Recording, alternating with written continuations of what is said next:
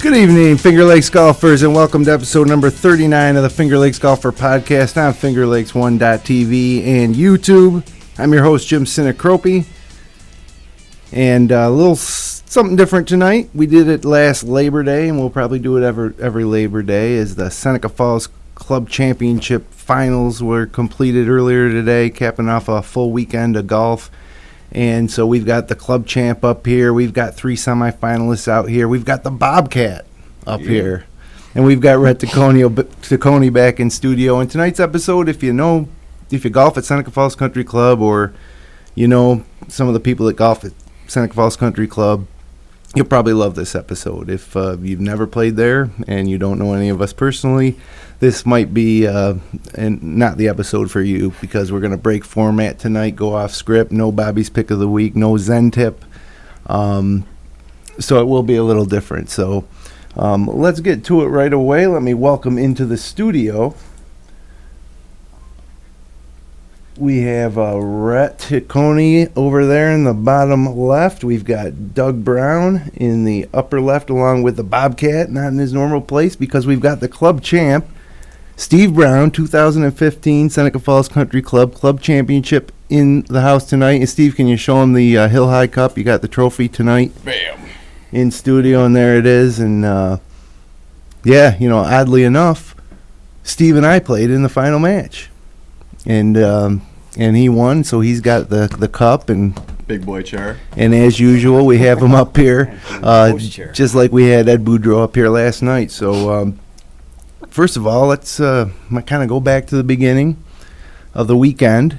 It started out with a 36-hole stroke play qualifier, and and it was hot. Probably Saturday was the least hot of the days, but it was still hot, and that got cut down to 8.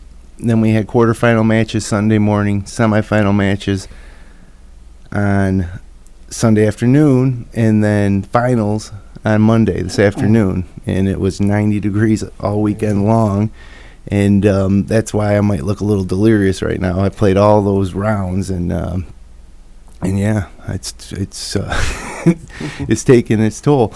So some of the things we'll talk about tonight. Doug and I played in the semifinals yesterday, and that was a great match. And I'd played Doug years ago in a match, maybe 12 or 13 years ago. Still remember all those shots from that day. And yeah, so we got a lot to talk about. We'll probably talk about each match. But Steve, first of all, congratulations. I feel confident in saying that our club champ is, if not the best player down at the club, among the best players, elite players. So I don't think it was something that you kind of lucked your way into. I don't think at Seneca Falls, Doug, that you can that can ever happen in the format we play. I've always thought Steve was a good player. He's been with the club 5-6 years maybe. It's my third year. Third year? I have a math problem. But always respected his game. I know he can play. Played a few times with him, and hits the ball very well. It's not a big surprise, not a surprise at all.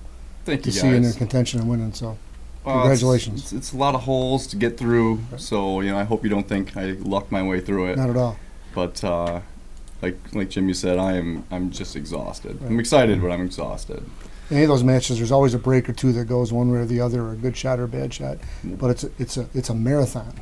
You got to just kind of get your way through. One shot doesn't mean anything. That's right. So I just tried to play it hole by hole, miss little, basically, right? I didn't need to hit any great shots, just not any real terrible ones. And I basically went through the whole tournament just like that, right. Trying to miss in the right place. I agree, because I played yesterday afternoon with you, and then I watched the match today, and I don't think I saw, maybe your T-ball and 10 might have been a mistake today. I didn't see it, but I saw the results of it. But I don't remember anything yesterday or today that was, oh my God, he's going to crumble and fall apart, and it was solid all the time. So I commend you. I got to give a shout out to Matt Olmstead for helping me out today. Your caddy. He did just phenomenal. Yeah. He had towels on ice and water bottles, and he was just messing around half the round. So trying to keep it light, just like a normal Sunday afternoon round of golf, and it really paid dividends. Now, it was both our first finals, you and I, and in the semifinals yesterday, I wasn't too nervous today. In the semifinals, I was very nervous for whatever reason. Maybe it's because, for me, just to kind of set the stage a little bit, when I was a kid, when I was a teenager, and I would watch the club championship finals at Seneca Falls Country Club, and Brownie would be playing in some of the matches, Steve Hyde. And when you were a kid, Brownie was playing? Yeah, when I was a teenager. I appreciate that. But, there'd be dozens of carts full of people watching, and everybody wanted to know who was going to win. It was just such a great event, and I can remember as a kid thinking, I got to get good enough so I can play in this. And I got good enough where I would qualify more often than not, and I'd get in a lot, but had limited success. Some years I'd win a couple matches, but I'd never been to the Final Four. So for me, in the Final Four, for me it was almost like I'm this close to playing in a Monday final. And so I was nervous. Once I got there, it's like I've played the whole thing. With some sort of success, I'm not going to be sitting there tomorrow disappointed that I'm not out there playing. Absolutely. So I guess that's why I wasn't nervous. It's not. I knew that you were going to come out and play great, and I knew I had to play great. And and then the better player won. I appreciate you saying that. Like you said, there's a lot of talent down there. So coming from you guys that have been around and in the club for so long, I'm glad you guys accepted me there and been part of the family since day one, really, since I walked in the door. So and a proud Canal Cup member. Yes, well, that's a whole nother scenario. 2-0. He's got the bubble going. Yeah. 2 championships in 3 weeks? Not so bad. Good couple of weeks. Should also mention Sarah Ferrara beat Lynn Court. She's the women's club champ, and congratulations to her. She's worked pretty hard and been close to winning that a few times, and so glad to see her win it. And then Marv Serafino won the senior division for the 3rd straight year, and honestly, it's difficult to touch him. Although I guess Lou DiLorenzo gave him a good match today. 18 holes. All the way to 18 holes. Really? Yeah. Wow.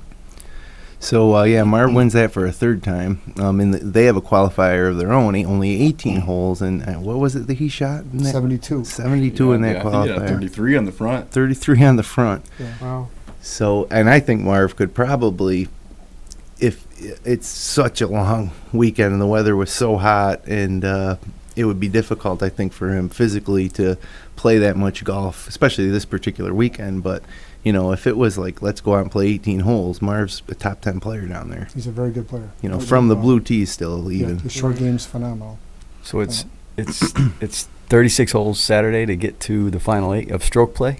In the Saturday? men's, we had 36 holes Saturday. To get to the Jimmy quarters. was leader after the end of that. Yeah, I guess we can kind of work our way through there. Right? Yeah, and if our listeners of this podcast, I talk every week about, early in the year I had trouble breaking 85. And we talk about that stuff every week, and we talk about Bobby's game every week, and the ways we try to improve. And I don't know, going into this year, coming into it, I started to play really well. I started to really have confidence with my wedges and being able to count on hitting mid-iron shots where I wanted them to go, and seemed if I had my driver good that I could have a good round, and then some rounds you putt and you don't putt. But honestly, no matter how you hit it, if you can make putts in the club championship, you can win.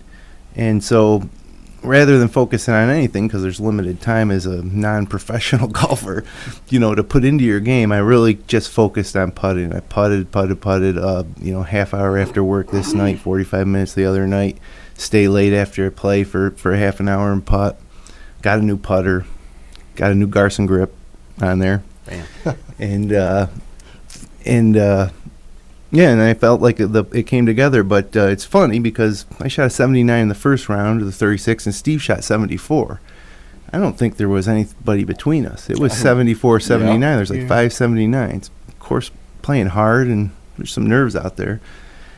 And so I shot a 79, and I was happy that I was kind of right where I needed to be and wanted to go out and play again. But I didn't putt particularly well, and I didn't hit the driver particularly well. But around the back 9, because I got off to a bad start that round, I think it was 5 over after 5 maybe, and it ended up at 7 over. So towards the second half of that qualifier, I started playing good. Driver good, making 5-foot putts. And then came out in the second round and drove the green on 1, which I don't do very often, and it was like 12 feet pin high. I missed the putt, but I felt like I hit a good putt, tapped in for birdie. And, honestly, by the time I made the turn, I shot 1 under on the front. I wasn't really concerned about qualifying. I also wasn't really concerned about medaling because I knew Steve had already had me by 5 shots. And I heard Mark Hilwa was 5 under at one point. Yeah. Right. I played with him in the second round. You played with him that round? Oh, it was disgusting. He could have been 6, 7, 8 under. He even lipped a few after that 5.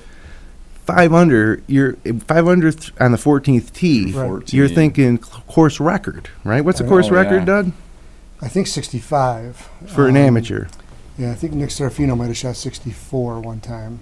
So Yeah, Bird had 14 and 15 ahead of him, 2 birdie holes and 18. and geez. Sure.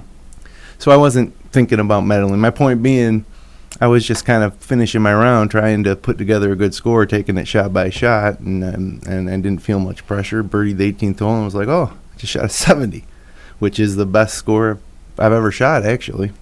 Fantastic. I've shot 70 before, but it's been several years, and then I started thinking, man, that could have been a 69. I missed one like this on 4, just same as I did today. I'm about that green, but so anyways, now I'm medalist. I enter the club championship knowing I can play with anybody because we just played 36 holes and I was the low man, and my game clicking, and so I have to play Dan Kernan first round, a guy I play with every Sunday morning, he struggled with his game mightily over the past couple of years and just started putting it back together this summer, and he played great, and I played my best golf of the weekend. I continued playing like I did when I shot that 70, and it took me to 17 to close him out, and I was even par. He made an incredible putt on 16 to keep the match going. Sure did. And then I advanced and I played Doug. So Doug, let's talk about our match.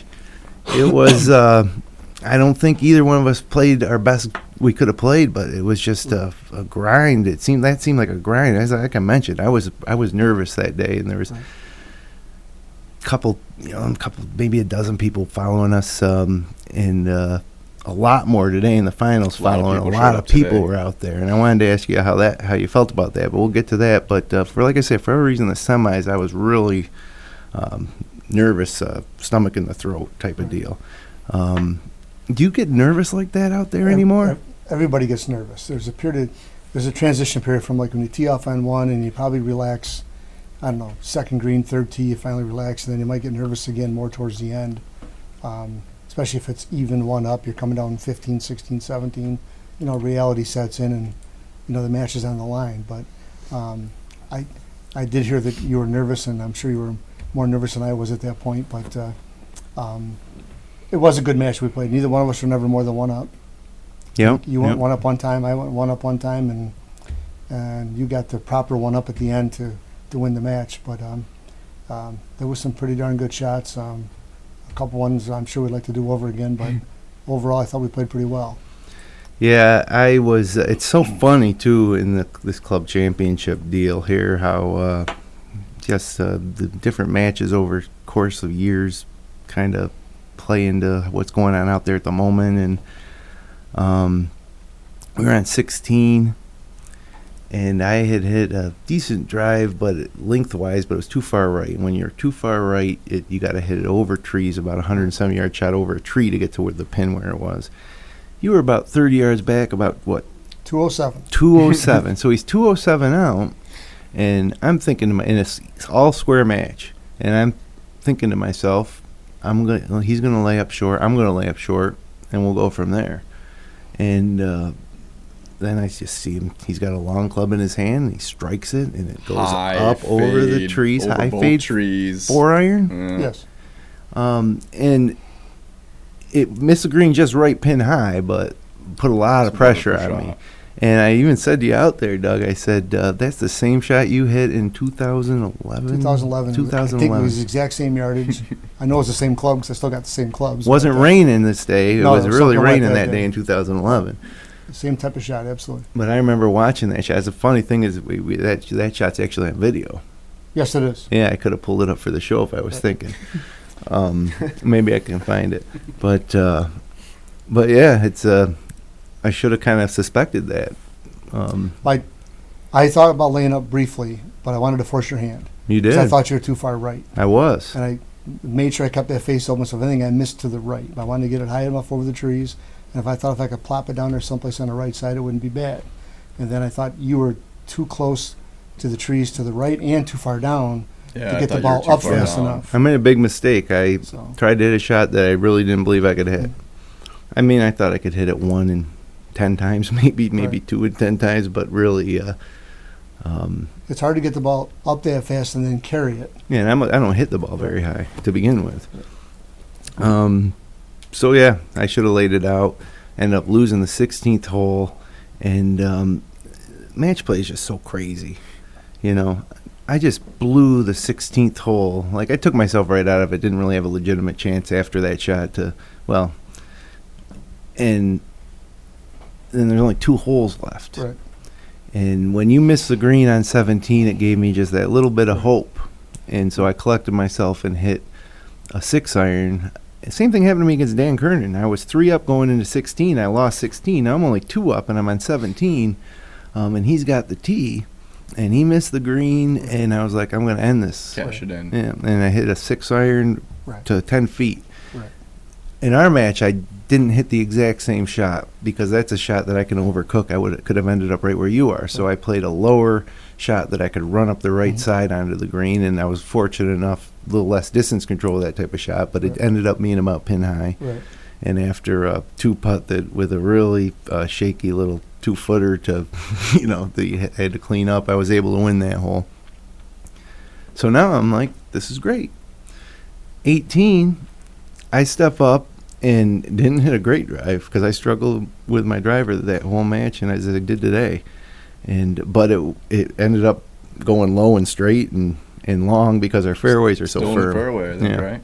Oh yeah, and I would have placed it there in a second. Yep. Very usable drive. And that was a lucky break for me because I didn't put a great swing on it, but the results were good. I knew I needed to hit a good drive there, obviously.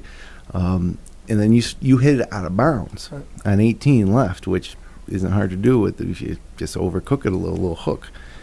And I know that swing. I didn't let myself think that I had won yet, but there's a lot of people around the tee, and they were looking at me like, you just won. Look at that.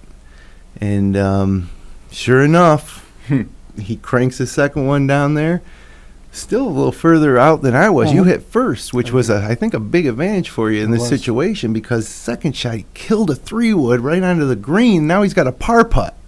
I'm sitting here back 260 out thinking, I might have to make par to tie. And then I think I made another mistake there. I didn't want to be conservative, so I hit my hybrid. I wanted to just hit it straight down there next to the green, and again, kind of try to put an end to this thing. And I should have hit an iron in the fairway to a wedge, play to my strength. And of course, I hooked the thing left, way left, over by the cart path on 10. And I was so, thank God this shot worked out, or it would have been an implosion. But I was had a pretty tight lie and a tree right in front of me that I had to really get up fast. And I didn't think with the lie I had that I could hit it far enough to get to the green. So I considered going under, but there's just, it didn't look pretty through there. Didn't look pretty. So I flopped it over, and I fortunately enough got it in front of the green, and then I chipped it close for par, and then you missed the par putt. And big relief for Jim, who would have had a tough time living with it if I had failed to make par on 18. If you made the putt for par, which you were pin high about 25 feet, if you had made that, I could live with that if I ended up losing. But if I had a chance to go to the final match with a par in 18 and I didn't convert a par, I don't know if we'd be doing this podcast right now. Well, you played well, Jim, and I was glad to always enjoy playing with you, and it was a pleasure to play against you as well. It was a good match, and you're always a gentleman. You're a very good competitor. Probably the best competitor there. Well, that's overall. good to hear. I appreciate that. It's and the other part of this club champ thing is, you ever see It's a Wonderful Life? Anybody ever seen that movie? It's a Wonderful Life. A couple times. Probably a few of us have, yeah. Ever seen it? Yep. Yeah. It's prerequisite to live here, isn't it? You know, yeah, you know, it's like all day at Christmas, I think, every see, year. George, you really have had a wonderful life. Well, after I'd won the match, about 15 minutes after we stepped off the 18th green, I just started getting texts, and they just continued throughout the night into this morning from I saw too many people to name, 30, 40 different people, friends, family, former players. Hank Sandless down in Florida sent me a really nice text. Rob Miller, Brad Connor. It's and that to me was the best part of this all. Is that don't want to get emotional here, but you got a lot of friends that care about you, right. And it was exciting to see that they were happy that I made it, and it was also nice to because a lot of these people, probably about 15% of the people that text me every year before the club championship. They go, "Go, this is your year," and I'm like, "You got it. I'm playing good. I think I got it." And then, you know, sometime over the weekend, I gotta say, but I lost, you know. So it was nice to at least let the 15 percenters Well, I'd like to say hold hope a little longer. Doug and I even talked about it, that when people started watching us Sunday afternoon, you were the clear favorite to everything that was happening.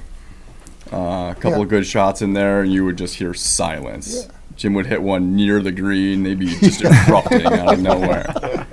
Well, it's a Cinderella story, and I have promised to write a book about growing up down there after I win the club championship. That's the final chapter. So thanks, Steve, for not allowing me to have to start writing that book yet, because I'm not ready. You're not ready to write that yet. So it's a that kind of guy. Golf life. Yep. So your semifinal match against Mark Hilwa, and Bob, you watched all these matches, so feel free to chime in. Everybody wants to hear from. There's been a little too little Bobcat, a little too much Jim this episode so far. Go ahead. One thing I enjoy, if I don't qualify, I enjoy go and watch the people that I know play it out and see them under pressure. It's usually fun. It's really fun when you've played rounds with them and you see them in a different light when they're under pressure and see how they react. The one thing that always amazes me is how well you guys play under that type of pressure. The shots you hit, especially, the shots that were hit today by both of you.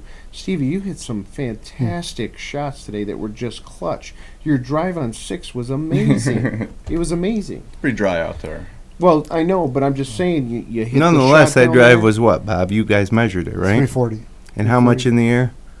It probably rolled 75 yards. It landed about at the end of the moguls, and then it ran up past the 200-yard marker. So it probably flew 275 and rolled 75. How much do you have in?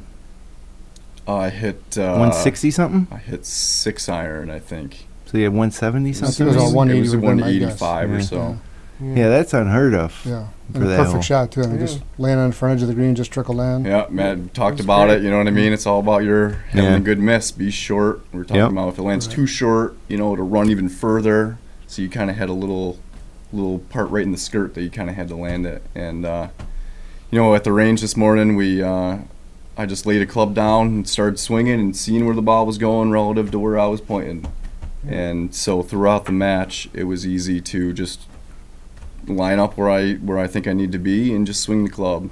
Not too many thoughts going on. I should have put a club down. I'm more of a really feel player. I like to try to hit different types of shots out there. And if I have one regret about prepping for today is I put down 3 drivers and I hit. First swing was terrible. The second swing I wanted to hit a cut shot, and I hit a nice controlled cut. And then the next time I wanted to just hit a low draw, and I hit that. And I'm like, okay, here we go. And I went to the tee. I wish I spent maybe a little more time because the difference between the driving range and the first tee is about probably half a second on your swing speed. Mm-hmm. And of course, we both blew it right. Now on the tee. That's the place to be on one, though. Not left. Yeah, I guess you're right. We ended up parring that. Really had hole, pretty but- open shots coming in. I mean, you had a little tree, I think, a little bit in front Yeah. of you, but Yeah. So talk about your semifinal match with Mark Hilwa. It was Mark was tough. it was a close match, Mark is just a and you built a machine. lead, and then he of course came right back and ended up going down to 18. Yeah, he was 2 up after 3, I think. He won 1. I made a good putt on 2. From behind the green, I had to chip back over to the front, and I made a putt coming back at it. He won 3, and I just wasn't going to have a blowout, and so I just kept trusting the game plan that I had. I ended up hitting a couple good drivers. I really got to rely on that club this week, and so I was just swinging away. I was just letting it go, and hopefully it would turn out to where we needed to have it. And Mark just doesn't miss. I mean, he's in the middle of the fairway. He's on the green every hole, every time. He's running putts in. Like I said Sunday, right? He was 5 under at one point. Or Saturday, excuse me. Yeah. And And he's 9-time club champ. The trophy you just showed us is half named for him, the Hill High Cup. I think it should be the Hill High Burr Cup, or the Hill B High, because the B can stand for Brown Boudreaux. Right? Okay. Whatever. Might have to change that, but we'll get the some more tournament names on committee there. together. Yeah.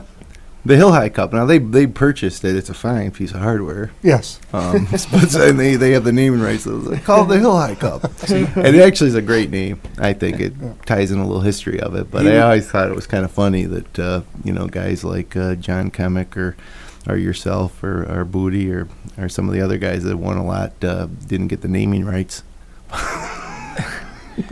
So what? He was 5 under, and you guys were still neck and neck. What no, were you? I'm this sorry, was that in was the in the stroke play. qualifier. Okay, So I got you. Because I'm he's- thinking, how are you keeping pace with him if he's 5 under? Not like that. That was a nice comeback if that was the case. But even still being was, 2 down yeah. is something so early in the match. Right, yeah, if you're 2 down with him, and he's got a chance to do some And It he- rattles you a little bit when you get down, especially 2, because Yeah. you can't get it back right away. You can't get it back in one shot or one hole. Yep. Even if it was stroke play, going into any hole, you could birdie, they could double, you could be leading. But it doesn't work like that in match play. And He just kept it on the whole time, though, Yeah. which I think ultimately helped me out because I was forced to hit a good shot. I just didn't have the opportunity to just, I hope it goes well this time. yeah, that it does. It limits your ability to make too many more mistakes. Yeah. Or like me, you'll find yourself shaking hands on the 14th green, and you're going home. That was a rattle to me. That really affected me. On 13. when I you know. Whatever. Conceded early or whatever happened there. I mentally checked out, I think, after I lost the 12th hole. That's when I didn't think I could win anymore.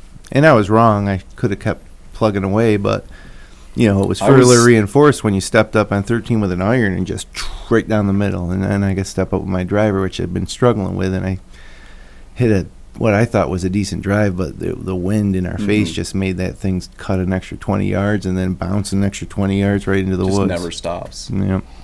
And same thing on 14. You stepped up with an iron, boom, put it on the fairway. They go, okay, now that's where I'm going to start. You start where you want, and I just need to basically tie at this point. So, yeah, I kind of mentally checked out, but I was worried. I the whole did the time. math wrong. Yeah, sure. When you're winning, you are worried I was because playing once like you I was down the that whole was time. smart. You played great down the stretch. I didn't play so good, but after 13, when I lost that hole, I said, "Good match, Steve." I was ready to hit my hat off. I turned white. I didn't know what was going I on. did the I math was so wrong confused. in my head. I actually didn't really think too much about it until we were both on the green. Then I was like 14, 15. And I was wrong. I said, hey, I got new life. And then we played one more hole. But yeah, like I say, I didn't get nervous until you did that. I should have done that earlier. You I should have should thought have been about like, it. hey, nice match, Steve. After Well, if you 10. conceded, you haven't got to go to 14. You know what That's I mean? right. That was a good move. I was on all four, huh? shaky after that because that's when it became close to me. I think is when you did that. Like I never would have thought you'd count yourself out. at any I point. did the math wrong, but like I said, before that hole, I had subconsciously counted myself out, and I'm disappointed in myself. Looking back on it, I know I did.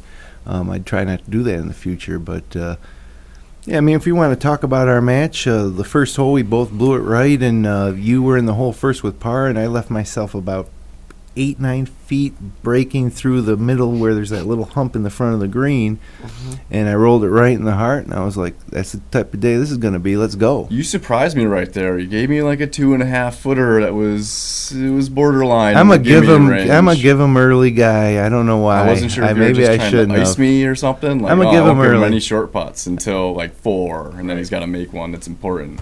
Yeah.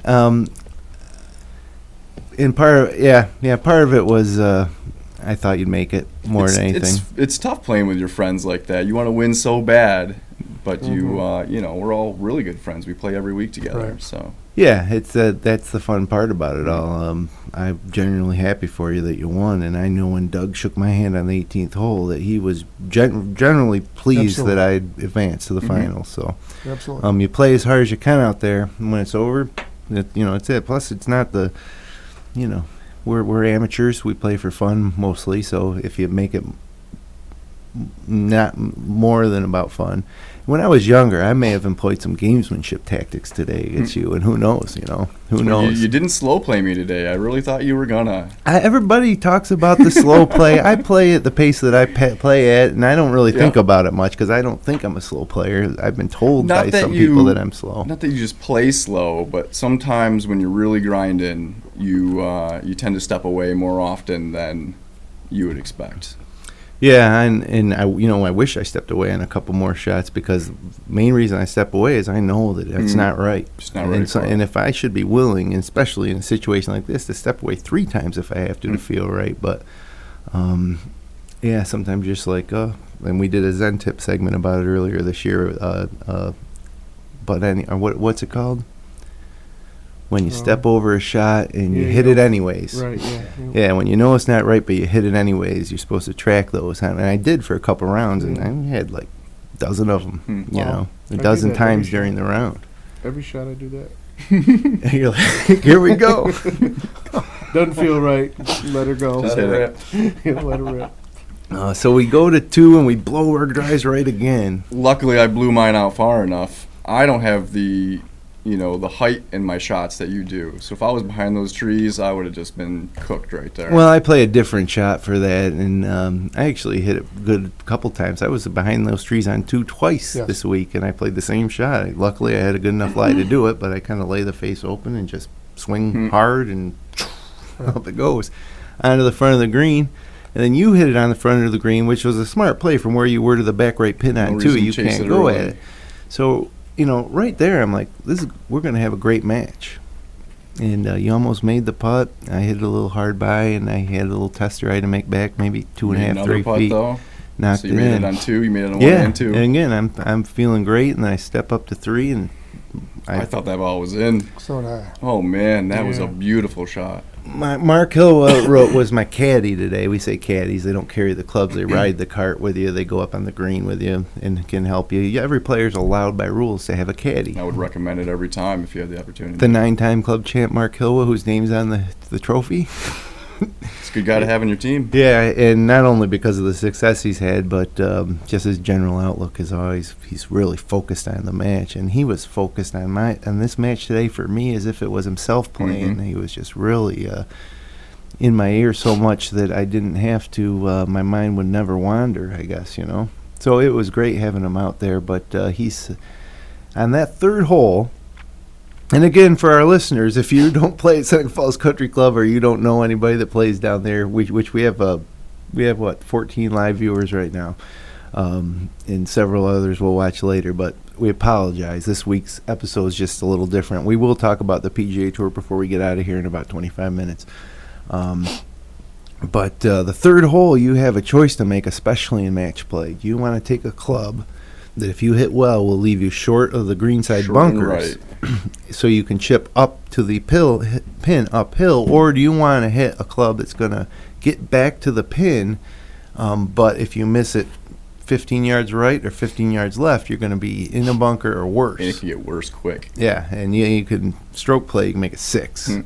But I had the honor still because we pushed the first 2 holes, and it's the club championship finals. I felt good about the shot. I was going to hit it, and so I told him. I asked Mark before I did it. I said, I'm going to go for that back pin, that back right pin. And he's like, do you think you can hit it? And I'm like, I know I can hit it. I know I can hit this shot. And he said, go for it. And it was one of the better shots I've hit that day. Right at it. Released a little more than I'd hoped, but must have been exciting to watch. Did that thing come in? Boom. Yeah, but it compared to where it landed, it didn't release that much. Oh, really? Yeah, I mean, I looked to us like shot. It kind of took off after it hit the ground. From where your pitch mark was, it landed, and it was a great shot. Yeah, to the back fringe, left about 15 feet. And then Steve hit it in the bunker. Left in the bunker, right by the lip. Terrible. They had just cut the lips on the I didn't know how you could get that out of there, but of course you knocked it up to about 5 feet. Great sand shot. That was a great great sand It shot. was very nice. Had a little spin on it. Yeah, just trying to chop it up there, basically. Hope it worked out. It worked out. You missed the putt, which to me, too, now I'm 1 up, and in that semifinal match against Mark Hill, you made just some really timely putts. And 3 years ago in the club championship match that we played against each other, a quarterfinal or match, maybe? I think it was a quarters. Yeah, second round back when it was a field of 16. You putted unbelievably had that like 10 day. or 12 putts on the front. It was just, it was crazy. There was a stretch on 6, 7, and 8 where you probably combined, it was like 80 feet a putt. And I was just shell shocked. So I was hoping for not a repeat of that. And so the fact that you missed that putt after hitting that great sand shot, and I was able, and even though I missed my birdie putt, I was still won the hole 1 up. It gave me a lot of momentum until on the next hole, I missed a putt like this for, it was probably like that, right? However far that is. Too short to miss. Well, that's, one of those ones that I feel, it's questionable whether just give it to you. Typically you would do such a thing. It was basically what you gave me on 1.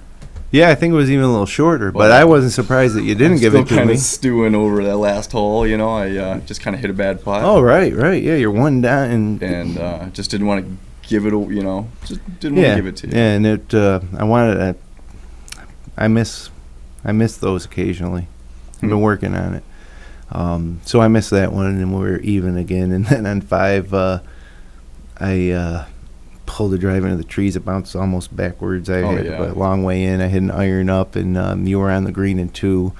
And I had ended up hitting a wedge to maybe 25 feet, and you 2 putted, and then I had a putt to tie. And I was like, I don't want to, after missing that putt on 4 and heading into the first par 5 where you have such an advantage, I don't want to give another one away. And I made the putt and got a little adrenaline going. Chased it right in. Yeah. I thought you were mad at it when you hit it, and then all of a sudden, bam, right in the cup. No, as soon as it left my putter head, I knew I hit it the way I wanted, and then I looked up at it and it was tracking, so I just started walking to the hole to pick it out. Nicely done. Yeah. So there's another, huge bomb, right? Oh, yeah. To me, I'm like, it is on. This is going to be the best match of all time. But I had pretty easy pars up until that point. I hadn't really had to do anything crazy. I missed the putt on 3 or whatever. But 4, I had, a 5 or 8 footer for birdie. Just kind of misread that one. So I had felt good because you had to make all these putts so far. Yeah. I was just kind of tapping them in. Yeah, I was still confident I was going to play well for that day, so I was happy to make those putts, so I'd not given anything away. And then we get to 6, and you hit that bomb, and I pulled out a hybrid because I wasn't confident with my driver. I just needed that hybrid wedge, regardless of what you did. And I hooked that left, and then the weird thing about match play that's maybe different than stroke play, or maybe this is a lesson that we could all learn about hitting golf shots, but you were on the green putting for eagle. I was laying 3 about 20 yards short of the green, and I had a really good lie. And I walked halfway to the green, and I'm like, if I land it right there, and it bounces right there, it's going to roll right into the hole, and I'm going to make a 4.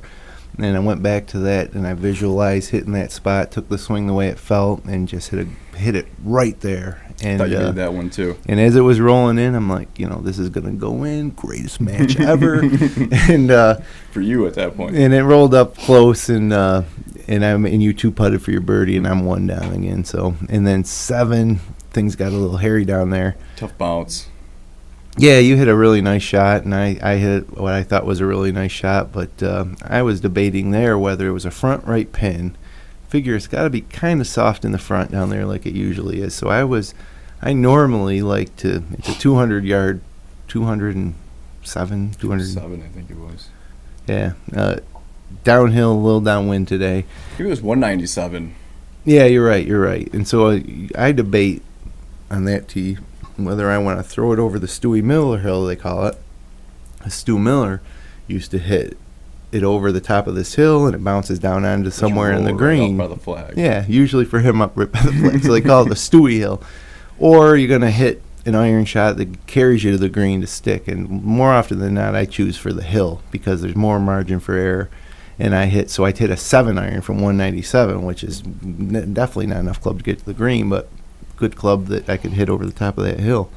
And I just bounded long, and then I had a tough chip to that front pin that I didn't hit well and missed a putt. And I made one coming back. You made a comeback par putt. Yeah. Yeah, so now all of a sudden I'm 2 down, but I'm okay with that.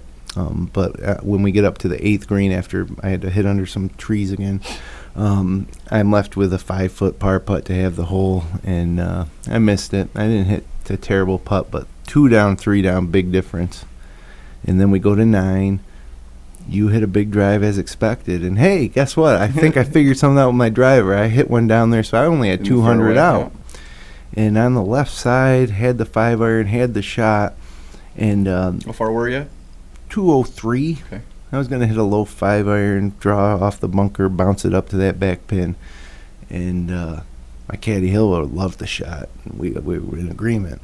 And when I took it back, I hear a club hit a ball on the 8 women's tee. There was like a group out there playing behind us. And it just, I don't know, I just flared it out to the right, I guess. And I don't know if it's because of that, but when you're right here and you just hear this noise that was about maybe 50, 60 yards away that you weren't expecting to hear, it would kind of screwed me up. And then you went right as well. We're both down there with tough shots, end up tying the hole. I made another putt where I'm just trying to keep up with you. But I was good because I just tied you on a par 5 when I was 3 down, and I knew we were going to 10, 11, 12 holes where your length wasn't going to be an advantage. And in a stretch of the course where I really feel like I could make a couple birdies. And you gave me probably the one chance of the day. Yep. You hit a tee shot, an iron shot. Bobby, are you having fun listening to this? Yeah, I was there. I'm listening to the recap. Yeah, I kind of flubbed it a little bit right into the tree. It was barely past the ladies' tees, just over. It didn't go through. A lot of times it just goes through and you end up okay, but you were back. Just killed it. Your second shot was great, though. So I hit 3-wood from there, just trying to get, somewhere up there, basically. Matt's yelling at me about, there's all this water on the left. I'm like, yeah, we can keep it right at least. Yeah, it was a good lie. It was a good place to be. And it's against you. I got to hit something close. I can't just hit it to the end of the fairway and hope I hit another good shot. You basically got yourself into a range where you're more chipping almost than hitting a wedge shot. Yeah, that's been working out. And I was in good shape, and I had a wedge in, and I had the distance, and I hit what I thought was a perfect shot as it was coming in. And it landed the distance. Yeah, I hit it good. It came off good, but it just kind of bounded and released, and there was a front right pin, and I ended up being back right, and you chipped up, and you didn't chip it that close. I basically knew at that point that if I 2-putted the hole, I could win this thing, and I'll only be I could win that hole and be only 2 down. And I don't know. It was a really difficult putt to get close into. But I think I got so concerned with not leaving myself 5 feet above the hole. I don't know that you could have done that if you wanted to. Yeah, but I killed the putt. As soon as I hit it, I'm like, if that doesn't hit the hole, then I'm down there with Steve. Once it passed the cup, they just sped up the hole. And then we both missed our par putts back up the hill. I thought I made that one. I thought I made mine. Yeah, yours was very close. Kind of straightened out right at the end. Yeah, and I didn't even though seeing yours not break, I didn't believe it. I didn't believe it. And so I kind of hit it almost the same spot, and it stayed out as well. Yeah.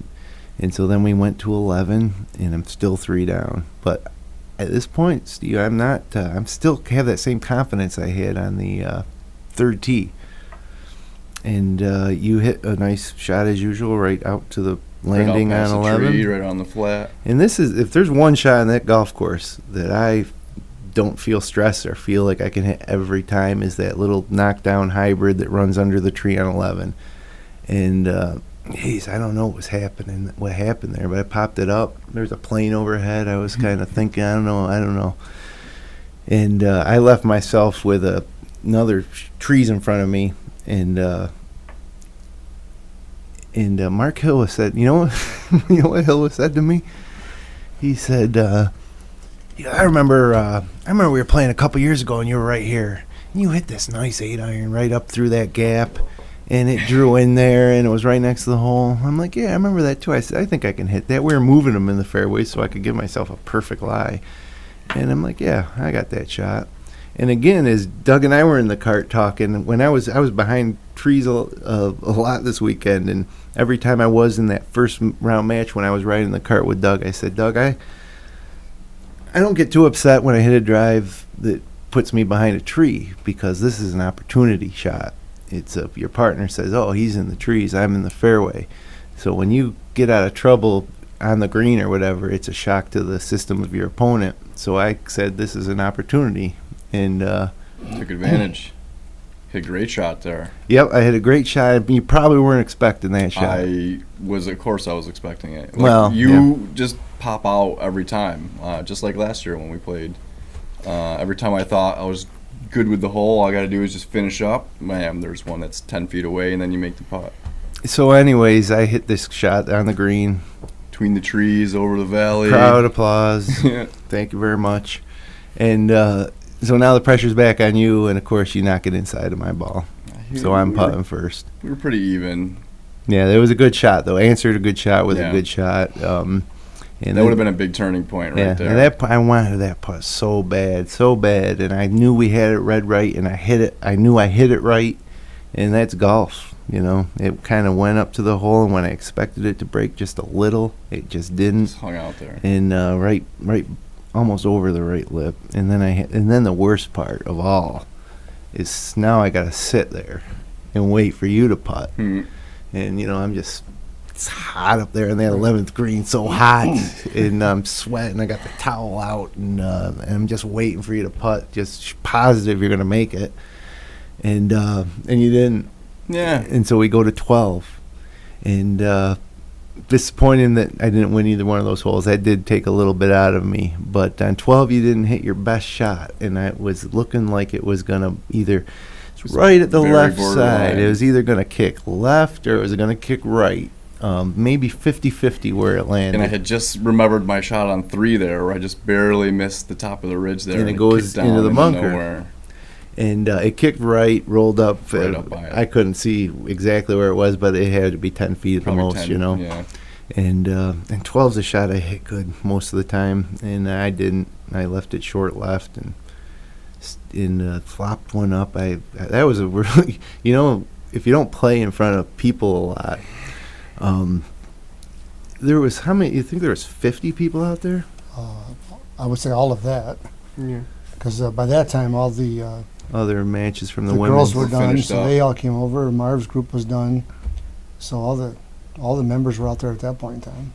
There's a lot of Not a good people, estimate, and on the 12th green, which is small, just surrounded by golf carts, and I get to my ball, and it's sitting down. It's sitting in some green grass and sitting right on the dirt.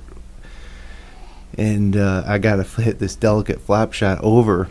And for one, you tell yourself, don't skull this into the person's skull on the other side of the green, because you don't want to kill anybody. But don't leave it short in the bunker, because you're going to definitely lose the hole. Yeah. And I just took some practice swings and made sure I got some earth in it. And Sounded pretty crisp when you hit it it. was a good shot. I just think I swung a little harder to make sure I got over the bunker. It's a smart play, though. At that opportunity, you can't be short. And speaking of gamesmanship, at this point, we played the one club length in the fairway, so that means if you're on the fringe, you can move your ball a club length no closer to the hole, which is an opportunity to putt through less fringe sometimes. And we had a discussion. You asked me, you had your putter lined up straight.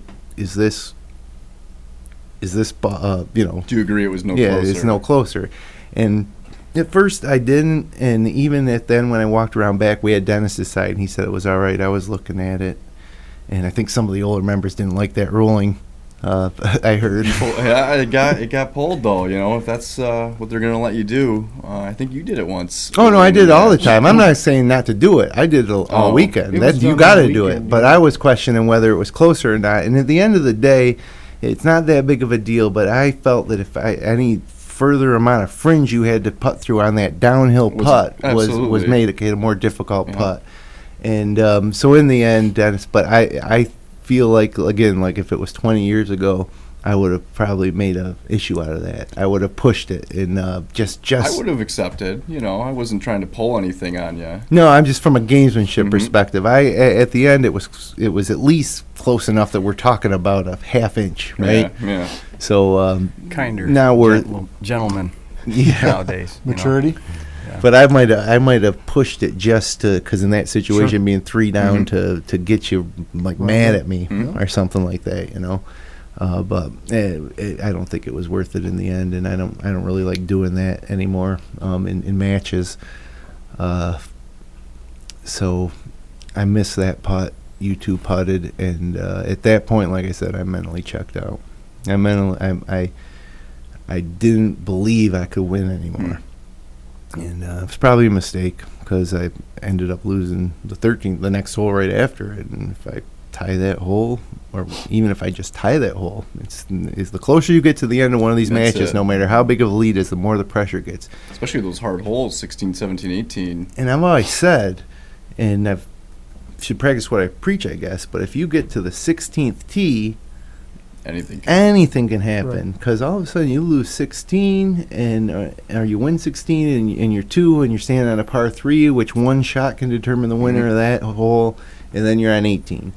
Out of bounds on 18, having to think of that. That big left, right? You know, I know it well. and it's just a hole that, you know, anything can happen on. So, but it didn't happen. That's our match, pretty much shot for shot, and it was a good match. I'll definitely. In my first finals experience, if or when I get back there, I'll be more prepared for it, I think. It won't be such a shock. Even though I wasn't nervous, it was just very unique, Doug. Most people never play in front of that many people, and it's a different experience. What was it like for you? Kind of like Doug said, I was very nervous over the first tee shot. Just because you don't want the first one just get you going in the wrong direction. Like, everyone's going to be like, you top it, right? Don't get past the ladies' tee. And that kind of sets the mood for the rest of the day. But after we kind of blew it out and made par, it was like, oh, I'm not going to hit it worse than that. And I just kind of got through it pretty quick. And I didn't really get too nervous after that. Matt and I kind of messed around and just hung out, made some jokes. And yeah, we had fun out there. I mean, we were small talk and stuff on the tees. It was fun, and I think it's fun. Something that maybe I didn't understand is, you know, when you're playing with your competitor in the finals, and there's however many people out there watching in golf carts, and you're the only 2 people that are experiencing that, and so it's easy to feel a little camaraderie, even though you're opponents. Yep. And we said before the Final Four, you know, I said, hey, maybe we'll be playing together Monday. And you're like, you said, I hope so. And I say, I hope so too. And then, you know, sure enough, there we are Monday morning. And it was a great day, a great weekend for me. And obviously a great weekend for you and for everybody. Is a 4-time club champ. 4. For some reason, I always want to say 5 with you, but it's 4, right? Just 4, yes. Just 4. Well, I don't mean it that way, but yeah, 4, yes. Just 4, Jim. Just some final thoughts on the weekend, because you've seen a lot of club championships. You won a lot of club championships. So it's easy to be the spectator when you've played enough like I have. You know, so we're out there watching, and there's always a couple of key holes or events that can swing it one way or the other. And I thought Early on, you guys are kind of going back and forth, but I thought there was an opportunity on 9 when Steve didn't hit the green in 2. Yeah, for me to get up and down. I don't know what your lie was like down there, but I thought if anything, if you could pull out a birdie and he did not, get you back to 2 down, okay? And obviously 10 was a loss for you that Implosion. without winning the hole. Okay, that was a loss because when you get 2 up, there's a comfort zone because you've always got that cushion. Right. You know, and it's 18 holes is a short match. When you get 2 up, it's nice in case you do something silly or they make a 45-foot birdie putt from somewhere. Right. You know, you still got that one in your back pocket. Yep. Right. So I thought 9 and 10 was kind of the swing where 9 might be a little bit of a stretch to say you could have taken advantage of that, but 10 certainly you could have. So, but I also saw from both of you guys great golf, and it's good to see the camaraderie and the friendships. And even though you always want to win. You don't want the other player to lose. Right. You know? Exactly. And Steve won that match today. Yep. Okay. And I always enjoy playing with everybody. You know, I mean, I played golf obviously with Mark Hilla and Steve Hyde for 45 years now. Okay. We know basically every blade of grass down there. So if he's giving you a read, it's a pretty accurate read, right? But it's been a pleasure to do all that stuff all these years. And it's also great to see somebody else join the club championship list and keep that fraternity building and growing and all that. So, but congratulations to both of you guys. It was a good match to watch. Thank you. Somebody has to lose. That's the way it goes. Yep. Okay, but it was a good game to watch. And there's some great photos. If you go to SenecaFallsCountryClub.com, there's all the results, some great photos. This podcast episode is embedded there, so you can check that out. And before we got here, real quick, Rhett, Aaron Delafave, you may know him as Dandy Aaron D from the Sauce Pod, is the won the DraftKings pool this week. But a real quick recap at the Deutsche Bank. 6 for 6, he had all his guys made the cut. Yeah, so. Good for him. Oh yeah, in other news, the PGA Tour did happen today as well. And Ricky Fowler, his third win this year, and he came from behind once again to beat Henrik Stenson. Stenson doubled 16, hit it in the water on his tee shot, and couldn't get up and down, missed the putt. And Ricky held on 17, 18 pars to win by 1. And Jordan Spieth misses another cut, still alive in the playoffs. Jordan Spieth missed another cut. Ricky was one of the low ones of the day. There was a lot of plus scores today, though. A lot of the guys either stayed in neutral or went backwards. But Ricky was -3. Charlie Hoffman was -4. But like Matt Jones, Sean O'Hare were +3. There was a couple big numbers out there. Let's see. Matsuyama was +4. Rory had a good day. He was -5. I think he might have been the low of the day, actually. Gomez was -7. But so it was an up and down day. Danny Lee was +6. So a lot of different scores there. But so Ricky won it. He moves up to third in FedEx Cup. There was a little bit of adjustments there. Jason Day still in first. Jordan's still second. Missing 2 cuts. This is, again, what we talked about last week. This format, I don't know about it. Missing 2 cuts, and he's still in second place. I mean, he did have a big lead, but I like the Seneca Falls Country Club format. So, but we'll be back. We'll talk about the PGA back to our normal format next week, and we got a few more episodes left here before we call it a break for the season. But I gotta get us out of here. Thanks for watching this special Labor Day edition of the Finger Lakes Golfer Podcast. Congratulations, Steve, and thanks to Doug, Bobby, and Rhett for coming in. And we'll be back next Monday at 9 o'clock. Until then, hit 'em long, not often.